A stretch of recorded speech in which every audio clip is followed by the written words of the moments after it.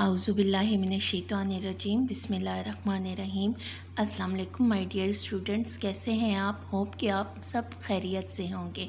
आज का जो हमारा क्लास 4 का वीडियो लेक्चर नंबर 1 है, उसका टॉपिक है सूरतुल माऊन का शान नज़ूल प्लस तिलावत। यानी इस लेक्चर में हम सूरतुल माऊन का शान नज़ूल पढ़ेंगे कि वो किस मकसद के लिए नाजिल हुई। जैसा कि आपको पहले भी बताया गया है कि जब भी कोई सूरत नाजिल होती है तो उसके नाजिल होने का एक मकसद होता है। तो आज हम सूरतुल माऊन का शान नज़ूल पढ़ेंगे कि इसके नाजिल होने का मकसद क्या है और इसकी तिलावत करेंगे। तो सबसे पहले हम सूरतुल माऊन की तिलावत करते हैं। जी बच्चों, तो आपने मेरे साथ साथ पढ़ना है। सूरतुल माऊन। आऊज़ु बिल्लाहि मिनश्शैतानिर्रजीम बिस्मिल्लाहिर्रहमानिर्रहीम। अरायतल्लज़ी युकज़्ज़िबु बिद्दीन फ़ज़ालिकल्लज़ी यदउल यतीम वला यउद्दु अला तआमिल मिस्कीन फ़वैलुन लिलमुसल्लीन अल्लज़ीना हुम अन सलातिहिम साहून अल्लज़ीना हुम युराऊन व यमनऊनल माऊन। एक दफ़ा दोबारा पढ़ते हैं। अरायतल्लज़ी युकज़्ज़िबु बिद्दीन फ़ज़ालिकल्लज़ी यदउल यतीम वला यउद्दु अला तआमिल मिस्कीन फ़वैलुन लिलमुसल्लीन अल्लज़ीना हुम अन सलातिहिम साहून अल्लज़ीना हुम युराऊन व यमनऊनल माऊन। ये तो थी सूरतुल माऊन की तिलावत। आप देख रहे हैं कि इसमें 7 आयात हैं। अभी हम सूरतुल माऊन का तारुफ़ और शान नज़ूल पढ़ते हैं।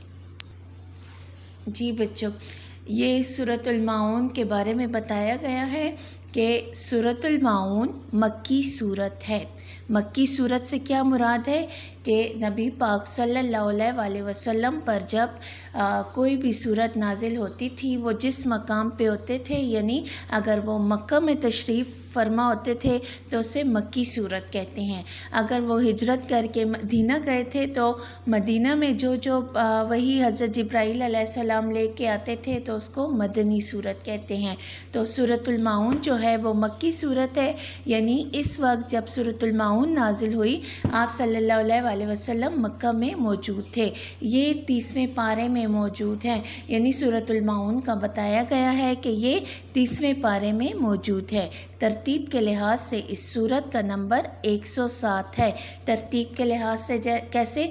जैसे कुरान पाक में जो सबसे पहली सूरत है वो सूरतुल बकरा है, सूरतुल फातिहा है। उसके बाद दूसरे नंबर पे है सूरतुल बकरा। इसी तरह तरतीब आते आते जो सूरतुल माऊन का नंबर आता है वो है 107।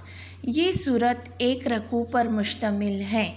यानी इस सूरत पे सिर्फ़ एक रकू है। इस सूरत की 7 आयात है। जैसे मैंने अभी आपको बताया कि सूरतुल माऊन की 7 आयात हैं। ये तो था तारुफ़। अब आप आते हैं अपने शान नज़ूल की तरफ।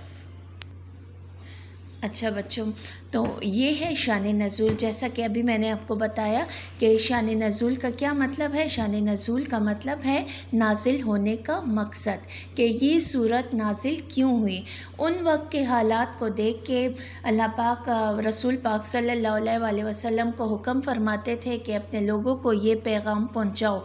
तो हर सूरत के नाजिल होने का कोई ना कोई मकसद ज़रूर होता है। यानी उस वक्त के हालात हमें बताते हैं कि उस वक्त तो आपको पता है जहालत का दौर था, तो उस वक्त के जो हालात थे ना, तो उस को देख के अल्लाह पाक हुक्म फरमाते थे हज़रत जिब्राईल अलैहिस्सलाम को। फिर वो वही लेके नबी पाक सल्लल्लाहु अलैहि वसल्लम पे कोई ना कोई सूरत लेके हाज़िर होते थे और फिर हज़ूर सल्लल्लाहु अलैहि वसल्लम लोगों को अल्लाह ताला का पैगाम बताते थे। अच्छा, इस सूरत का नाम अल माऊन। सूरत के आखिरी लफ्ज़ المعون سے لیا گیا ہے، یعنی آپ نے ابھی سورت کو پڑھا، اس کے جو آخر میں آتا ہے وَيَمْنَعُونَ الْمَاعُونَ، تو یہ آخری لفظ سے لیا گیا ہے، جس کا مطلب کیا ہے المعون کا؟ چھوٹی سی عام سی چیز کا، یعنی المعون کا مطلب ہے چھوٹی سی عام سی چیز۔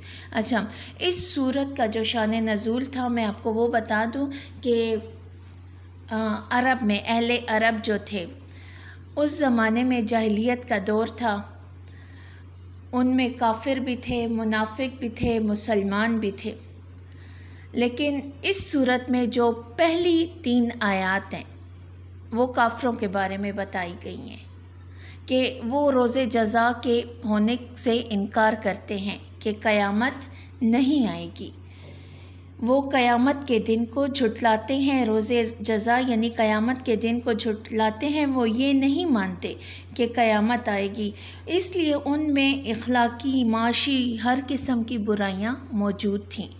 وہ یہ سمجھتے تھے کہ ہمارے جو باپ دادا فوت ہو گئے ہیں وہ اٹھے ہیں مرنے کے بعد کہ ہمیں اٹھنا پڑے گا، قیامت آئے گی، کہتے تھے ایسا کچھ بھی نہیں ہے۔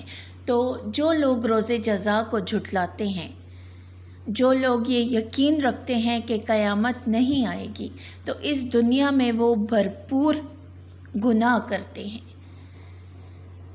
گناہ کیسے کرتے ہیں کہ اس صورت میں یہی بتایا گیا ہے کہ وہ مسکینوں کو کھانا نہیں کھلاتے، یعنی غریبوں پہ ظلم کرتے ہیں، ایون کہ ان کو کھانا تک نہیں کھلاتے، یتیموں کا جو مال ہوتا ہے وہ ضبط کر لیتے ہیں، ان کو ہضم کر لیتے ہیں، ان کے مال پہ وہ اپنا قبضہ کر لیتے ہیں، یعنی یتیموں کو ان کا مال نہیں دیا جاتا۔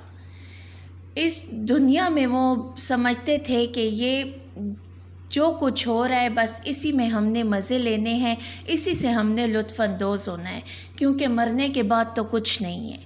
تو جو زیادہ امیر تھا وہ زیادہ سے زیادہ ہوتا گیا، اور جو غریب تھا وہ غریب سے غریب ہوتا گیا، کیونکہ یتیموں کا مال یہ لوگ لیتے تھے، مسکینوں کو یہ لوگ دھکے دیتے تھے، ان کو کھانا نہیں کھلاتے تھے۔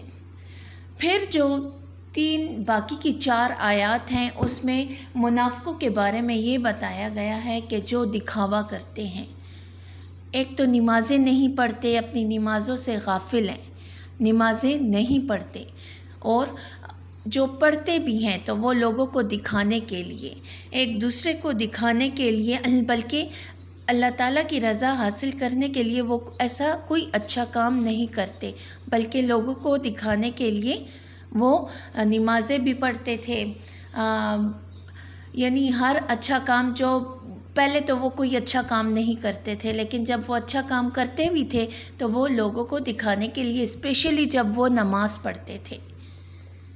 تو ایسے لوگوں کے لیے اللہ تعالیٰ نے سورۃ المعون نازل فرمائی حضور صلی اللہ علیہ وسلم پہ، جس میں بتایا گیا ہے کہ ارائیت الذی یکذب بالدین، کیا تم نے اس شخص کو دیکھا ہے جو روز جزا کو جھٹلاتا ہے؟ تو جو آخرت کے دن کو جھٹلاتا ہے اس سے بہت زیادہ گناہ ہوتے رہتے ہیں۔ تو اس سورت کے، سورۃ المعون کے نازل ہونے کا مقصد بھی یہی تھا کہ ایسے لوگوں کو آپ بتا دیں، اللہ تعالیٰ کا ڈر سنا دیں کہ جو لوگ آخرت پہ ایمان نہیں رکھتے اور اس دنیا میں گناہ پہ گناہ کر رہے ہیں تو ان کی پکڑ بہت زبردست ہوگی۔ ان سے بول دو کہ آخرت کا دن موجود ہے، مر کے سب نے اٹھنا ہے، اس لیے یہ جو گناہ بھی کر رہے ہو، مسکینوں پہ ظلم ہو رہا ہے، یتیموں کا مال ضبط ہو رہا ہے، دکھاوے کی نماز پڑھی جا رہی ہے، تو ایسا سب کچھ چھوڑ دو اور اللہ تعالیٰ کی طرف پلٹ آؤ۔ تو بیٹا یہ تھا ہماری سورۃ المعون کا شان نزول۔ امید کرتی ہوں آپ کو اچھے سے سمجھ آ گئی ہوگی۔ اوکے جی، اللہ حافظ۔